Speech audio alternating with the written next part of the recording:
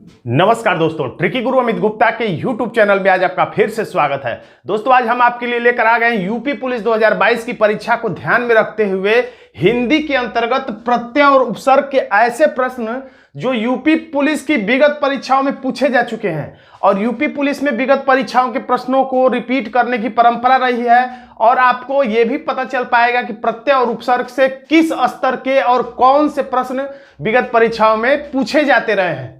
तो आइए देर न करते हुए हम लोग देखते हैं कुछ प्रश्नों को जो कि यूपी पुलिस में अब तक की परीक्षाओं में प्रत्यय और उपसर्ग से पूछे गए, जिन्हें देखना आपके लिए बेहद जरूरी है क्योंकि आप इसी परीक्षा की तैयारी कर रहे हैं। तो विगत परीक्षाओं में कौन से प्रश्न पूछे गए ये आपको जरूर देख लेना चाहिए, चाहे कोई भी परीक्षा हो।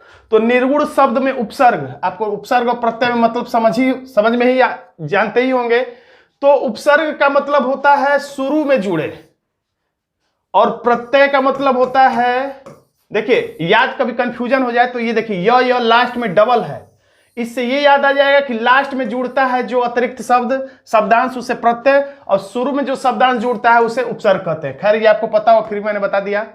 तो निर्गुण में क्या लगा हुआ है तो निर, खैर इसमें थोड़ा सा विकल्प में कंफ्यूजन है, यहाँ पे हलंत रहता तो और अच्छा ज्यादा लगता है। तो हमारा आंसर हो जाता है सी। देखिए उत्तर प्रदेश पुलिस कांस्टेबल पुनर्परीक्षा 2018 में सेकेंड पाली में पूछा गया है। अगला प्रश्न है खिलौना। खिलौना में मूल शब्द, यानी मूल शब्द क्या है, प्रत्यय या उपसर्ग नहीं बताना, मूल शब्द क्या है। तो मूल शब्द खिलौना में क्या, खेल। खेल धन औना, औना क्या है, प्रत्यय है, लेकिन खेल क्या है, मूल शब्द है। यह भी 2018 में पूछा गया यूपी पुलिस में। इनमें से क्या उपसर्ग नहीं है, यह आबकारी सिपाही परीक्षा में पूछा गया। इनमें से उपसर्ग क्या नहीं है, तो अ लग के बनता ही है उपसर्ग। चिरकाल, अनजान या अमित या और भी अनेकों शब्द हैं। अ लगा के हम लोग विलोम शब्द कई बनाते हैं, भय, अभय, प्रति तो प्रत्येक बनता है। ईका जो है ये उपसर्ग नहीं है बल्कि ये प्रत्यय है, इसलिए हमारा यही आंसर हो जाएगा डी। अगला प्रश्न है जो पूछा गया परीक्षा में, सम, बहुचर्चित उपसर्ग है सम। संधि में भी आपने देखा होगा, सम उपसर्ग से बना शब्द है सन धन योग, समधन योग, समधन योग संयोग। तो हमारा आंसर हो जाता है यहां पर ए। अगला प्रश्न है अंक। ये देखिए थोड़ा सा अलग प्रश्न आ गया, फिर भी कोई दिक्कत नहीं, इसको भी हम लोग सॉल्व करते हुए आगे बढ़ेंगे क्योंकि ये भी आपकी परीक्षा में पूछा ही हुआ प्रश्न है, बीच में थोड़ा सा गड़बड़ हो गया है। अंक शब्द का अनेकार्थी शब्द समूह का चयन कीजिए, यानी अंक का क्या क्या अर्थ हो सकता है। तो अंग हो सकता है, नहीं। अंक का मतलब होता है गोद, अंक का मतलब होता है संख्या, अंक का मतलब होता है अध्याय। ये कौन सा अंक चल रहा है, कौन सा अध्याय है, तो हमारा आंसर हो जाता है विकल्प बी। आंसर देखते रहिएगा। वर्ण का अर्थ नहीं है, तो ये भी यहां पर प्रत्यय उपसर्ग नहीं है, थोड़ा सा बीच में गड़बड़ प्रश्न आ गया। वर्ण का अर्थ क्या नहीं होगा, तो वर्ण का मतलब अक्षर होता है, वर्ण का मतलब जाति भी होता है, वर्ण का मतलब रंग भी होता है, वर्ण का मतलब व्यवसाय भी होता था ऋग्वैदिक काल में, लेकिन सुंदर नहीं होता। यही हमारा आंसर हो जाएगा, आंसर हो गया डी। घबराहट, देखिए अब प्रत्यय आ गया। उत्तर प्रदेश पुलिस कांस्टेबल परीक्षा 2018 में पूछा गया प्रश्न है ये। घबराहट तो प्रत्यय है, तो अगर भूल जाए शुरू में लगता है कि लास्ट में, तो प्रत्यय या लास्ट में यानी कि लास्ट में लगता है। डबल या लास्ट में है यानी कि ये लास्ट में जो जुड़ता है वो प्रत्यय होता है। घबराना असली शब्द है, घबराना क्रिया है, तो क्या लग गया, आहट। घबराना धन आहट, यानी कि हमारा आंसर हो जाएगा विकल्प सी। अगला प्रश्न है, देखते हैं अब दूसरी लाइन का प्रश्न हम लोग।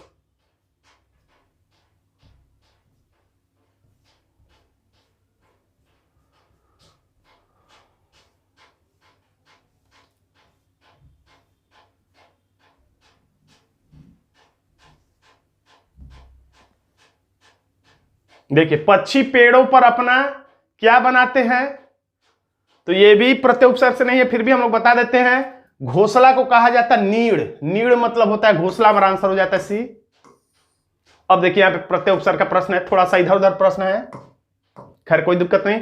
परा उपसर्ग का अर्थ क्या पूछ दिया है कि परा, तो आपने एक शब्द सुना होगा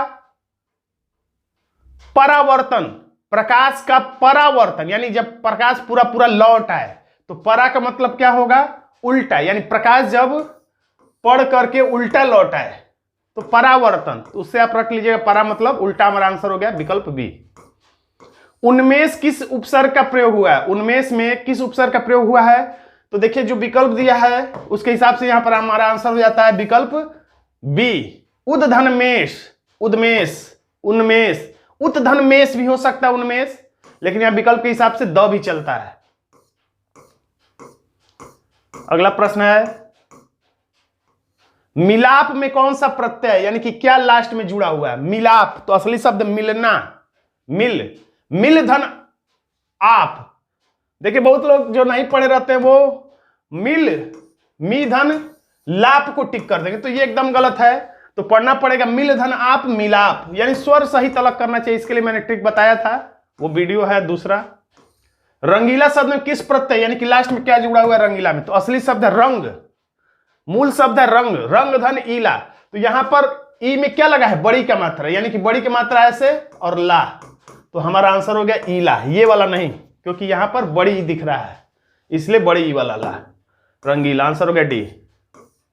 वैज्ञानिक असली शब्द क्या है? तो विज्ञान, विज्ञान में क्या जुड़ा हुआ है? विज्ञान धन इक। देखिए यहां पर छोटी छोटी है, विज्ञान में न चला गया इधर विज्ञान में, और क्या बच गया इधर? तो छोटी, यानी कि छोटी ई और क, ये वाला नहीं। अगला प्रश्न है, अनु उपसर्ग से बना इसमें से शब्द कौन सा है? तो अनु अगर इसमें से निकाल दें तो क्या बन जाएगा? चर, अनुपमा।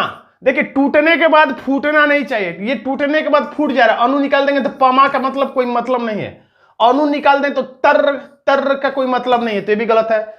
इसमें अनुधन अंतर, अनुमंतर, तो हमारा सही जवाब हो जाएगा अनुधन चर, अनुचर। आंसर हो गया ये। अब अंतिम तीसरी लाइन हम लोग देख लेते हैं। कुछ ही प्रश्न है जो पूछे गए यूपी पुलिस की परीक्षा में, अगर आप कहेंगे कमेंट बॉक्स में लिखेंगे तो इसमें मैं उन प्रश्नों को भी शामिल कर लूंगा जो यूपीएसआई की परीक्षा में पूछे गए हैं। प्रत्येक शब्द का उपसर्ग बहुत चर्चित है, संधि विच्छेद में भी आता है। प्रतिधन एक, यड़ संधि में प्रतिधन एक, तो यहां से क्या निकला? ए, इधर से निकला क, स्वर सहित अलग होता है प्रति, तो इसमें उपसर्ग पूछ रहा है तो क्या हो जाएगा? प्रति, याद रखिएगा प्रति, प्र नहीं होगा। आंसर हो गया बी। निगुण में क्या उपसर्ग है यानी शुरू में क्या जुड़ा है? तो नी धन गुण, और कोई ऐसा विकल्प ही नहीं है, केवल नी ही है जो शुरू से निकला हुआ है।